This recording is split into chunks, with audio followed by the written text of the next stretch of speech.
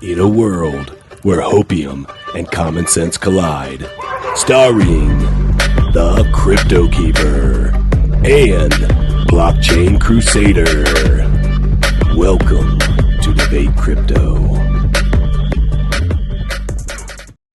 Crypto fam, it's your boy CryptoKeeper. I hope everyone is doing well. I hope you had a Merry Christmas or whatever holiday you celebrated. We love you. We hope you had a great weekend, hopefully with family and friends. Now, before we get into it, make sure that you smash the like, make sure you're subscribed. We are here to teach you something. And what that something is today is a little thing called the law of diminishing returns. We're going to talk a little bit about why Bitcoin, and I'm going to give you some simplified examples, but I'm going to talk about why Bitcoin ultimately will, at a point, and I believe that it continues exponentially, will start to slow down its rate of growth over time. Now, let's start off with something simple. Let's talk about the definition of the law of diminishing returns. So the law of diminishing returns, now this is the actual definition, right? And I'm going to give you a couple easy examples. The law of diminishing returns states that as one input variable is increased, there's a point at which the marginal increase in output begins to decrease, holding all other inputs constant. Okay, now I know this is getting confusing. Bear with me. I'm gonna hit it. This does not mean that output decreases. Output begins to increase at a decreasing rate for each additional unit of input. So let's talk about it. Bitcoin ultimately is an asset that has been growing absolutely like wildfire at an exponential rate. And one of the things that you'll hear people say is the idea that either we're going into this super cycle, it's never going to stop, it's going to get to $10 million or beyond, blase, blase, blah. The other side of it says that the total opposite side says, hey, Bitcoin's going to zero, which is a big load of hogwash. But I digress. That's the other side of it. And then you have someone like myself who believes in a little thing called the law of diminishing returns. This is actually an idea in statistics.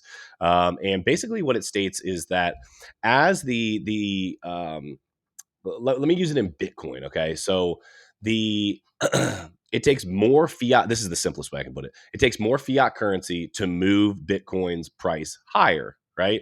So it becomes increasingly difficult to find the extra capital to continue to move the price at the rates that it's been moving. So what do I mean? What I mean is that a lot of people look back at the history of Bitcoin and they say, well, it moved, from 30, from 1100 to 20K in the 2017 run. So that was like an 18.5x or whatever that number is. So we should be able to see that again now. Well, the problem with that theory on an ever growing scale is think about how little capital it took to move Bitcoin from 10 cents to $10. Quite a little bit of capital, not nearly hardly anything, right?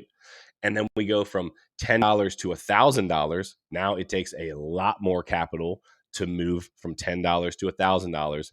Now 100,000 to 10,000, same thing, even more capital. 10,000 to now 100,000 is what we're trying to achieve now. It's just exponentially more capital. And at some point, the capital inflow, the money that people are putting into Bitcoin has to slow down.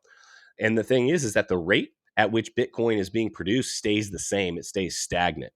So people are investing more and more and more money into mining rigs, into ASIC miners to be able to win their block rewards, to be able to mine said Bitcoin. But the reality is the output, the amount of Bitcoin that's actually being released onto the market doesn't change. So at some point, it becomes ineffective to be able to be putting a bunch more money into Bitcoin. And so and then on top of that, again, it just takes so much more money to move from $1 to $10, or I mean from 10,000 to 100,000 than it does from $1 to $10. Now, this is a really simple idea if you just break it down that simply, that it just takes more capital to move it from a really low number to a low number to a medium-sized number to a high number. That's the most simple way I can put it. And the facts are the money does have to come from somewhere. We can continue to grow. I am an absolute bull when it comes to Bitcoin long term. We are going to the freaking moon, and I'm here for it, right? I am here for it. I believe Bitcoin will be over 500K by 2030. That being said, I don't think that some of the massive price predictions in a very short term are probably going to happen. I'll leave you with this. There is a theory, and I actually can't quote what it's called right now, but it's the idea that people underestimate in a short amount of time what we can get done, like how much we can get done. They'll underestimate, man, in this year, Bitcoin's only going to be able to go from here to here. I'm just using Bitcoin because that's what we've been talking about. But they underestimate how much can happen or how much work can get done or how much can be produced or whatever the case may be in a short amount of time. The problem is we overestimate what we can get done in a long period of time. And so ultimately, actually, hold on a second. Did I just say that wrong? We underestimate. Yes, we overestimate. I back that up. We overestimate what we can do in a short period of time. We think we can just absolutely rip off and go to the moon. And then we underestimate what we can do in a long period of time. I'm here for the long game. I apologize for the confusion there. I'm here for the long game. Ultimately, Bitcoin is a long game. It's all about patience. Crypto fam, if nobody's told you before today, I love you. We love you here at Debate Crypto. We hope you guys have a blessed and wonderful day and holiday season. Until next time, hodl like it's hot. We will see you soon.